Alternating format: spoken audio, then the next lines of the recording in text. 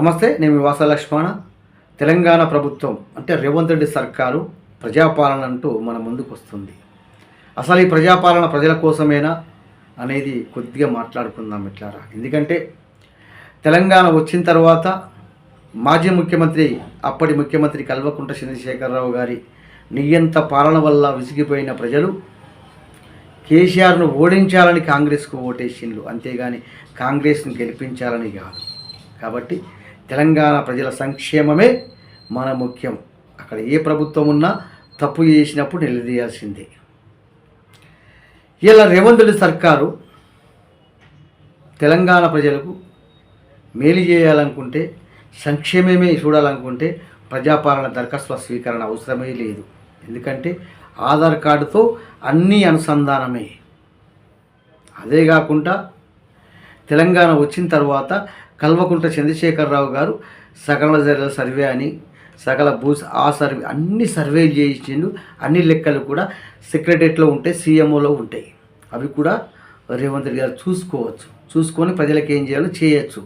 కానీ ఇక్కడ ప్రజల్ని డైలామాలో పడేసేందుకు, ప్రజల్ని తీరిక లేకుండా చేసేందుకు రేవంత్ రెడ్డి సర్కారు మరో కుట్ర చేస్తుంది కేసీఆర్ లెక్కనే. అప్పుడు కేసీఆర్ సకల సర్వే అన్నాడు, ఆ సర్వే ఈ సర్వే అని ఆఖరికి చివరికి ఎన్నికలు అయిపోయే క్షణంలో కూడా, అంటే ఇక ఎన్నికల నోటిఫికేషన్ వస్తానంగా కూడా ఆ ఇండ్ల కోసం దరఖాస్తులు తీసుకున్నాడు. ఇంకా రకరకాల ఆ బంధు ఈ బంధుల కోసం దరఖాస్తులు తీసుకున్నాడు. అంటే ప్రజల్ని ఆలోచించే తీరిక లేకుండా చేయాలి. ఇది కేసీఆర్ కాన్సెప్ట్ ఉండే. మరి రేవంత్ రెడ్డికి కూడా అదే కాన్సెప్ట్ చేసుకుంటున్నాయేమో అనిపిస్తుంది నాకు. ఎందుకంటే మొత్తం లెక్కలు ప్రభుత్వం దగ్గర ఉంటాయి. అంటే నాకేమనిపిస్తుందంటే, అప్పుడేమో కేసీఆర్ సకల జనుల సర్వే అని, భూ సర్వే అని, అవి ఆ సర్వేలు ఈ సర్వేలు చేసి ఎక్కడ ఎవరి దగ్గర ఏముంది, ఎవరి ఆస్తి ఎంత ఉంది, ఎవరికి అత్త ఏంది, ఏది అంత తెలుసుకొని మొత్తం తెలంగాణ మీద పడి దోసుకున్నాడు కేసీఆర్. మరి ఇప్పుడు రేవంత్ రెడ్డి సర్కారు అదే కుట్రకు తెరలేపుతుందా అనేది కొద్దిగా తెలంగాణ ప్రజలు ఆలోచించాల్సిన అవసరం ఖచ్చితంగా ఉన్నది. ఎందుకంటే నేను ఒకటి మాత్రం చెప్తానండి, కాంగ్రెస్ పార్టీ కూడా కేసీఆర్ లెక్కనే అంతకంటే పెద్ద మోసం చేస్తుంది. కానీ ఒక్కటి మాత్రం ఇస్తుంది. ఎందుకంటే కాంగ్రెస్ పార్టీకి ఉన్న గొప్పతనం ఏంటంటే ఇండ్లు మాత్రం పక్కా ఇస్తుంది. దీని విషయంలో నేను హ్యాట్సాప్ చెప్తాను కాంగ్రెస్ పార్టీకి. ఎందుకంటే ఏ ప్రభుత్వం కూడా ఇండ్ల విషయంలో, కేసీఆర్ ప్రభుత్వం డబుల్ బెడ్రూమ్లు అన్నాడు, ఆ ఇండ్లను ఈ ఇండ్లను ఇవ్వకుండానే వీకెండ్. ఇప్పుడు రేవంత్ రెడ్డి సర్కార్ వచ్చింది, ఆ దరఖాస్తు ఈ దరఖాస్తు, ఎన్నో దరఖాస్తు కన్ఫ్యూజన్లు పడేస్తారు. కానీ ఒక ఇండ్లు మాత్రం ఇస్తారు. ఇది మాత్రం నేను పక్కా చెప్తున్నా. కానీ మిగతా మొత్తం బోకస్. నేను ఏమంటున్నా, రేవంత్ రెడ్డి గారు ఉచితాల వల్ల తెలంగాణ ప్రభుత్వము పూర్తిగా నష్టపోయింది, నష్టాల్లో ఉన్నది. తెలంగాణ ప్రజల మీద ఆర్థిక భారం మోపింది గత ప్రభుత్వం. మళ్ళీ ఇప్పుడు ఉచితాల్ని పెంచి తెలంగాణ ప్రజలకు ఏదో చేస్తామని నమ్మించే ప్రయత్నం చేస్తే తెలంగాణ ప్రజలు పిచ్చోళ్ళు కాదు, మూర్ఖులు కాదు. నేను ఒకటి చెప్తానండి, ఇప్పుడే మొదలైంది ఆట.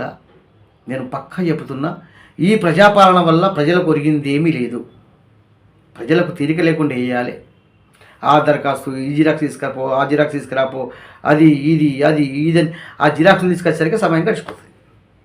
మళ్ళొక కొత్త పథకం, అట్లా పథకాల మీద దరఖాస్తులు, పథకాలు పెట్టి 5 ఏళ్ళు గడిచిపోతుంది. అప్పట్లో కేసీఆర్ బీసీలకు ₹1,00,000 పెట్టిండు. అది ఇప్పటికి జ్ఞాపకం నాకు.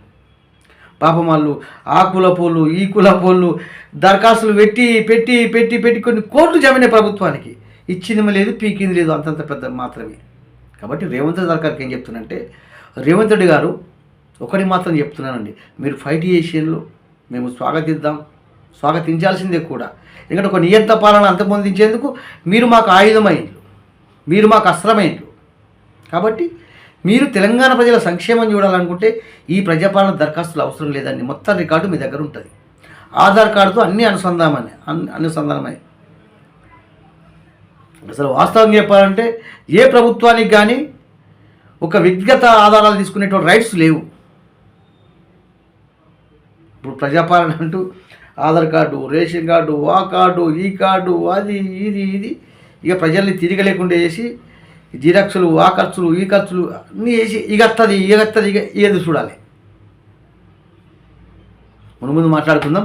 పక్కా చెప్తున్నానండి, రేవంత్ రెడ్డి గారు మీరు ప్రజలకు మేలు చేయాలంటే ఈ ప్రజాపాలన దరఖాస్తులు కాదు, ప్రజా దర్బారాన్ని పెట్టిళ్ళు, ప్రజాపాలన పెట్టిళ్ళు. అప్పుడు కేసీఆర్ అట్లా దోసుకున్నాడు, మీరు ఇట్లా దోసుకుంటారేమో.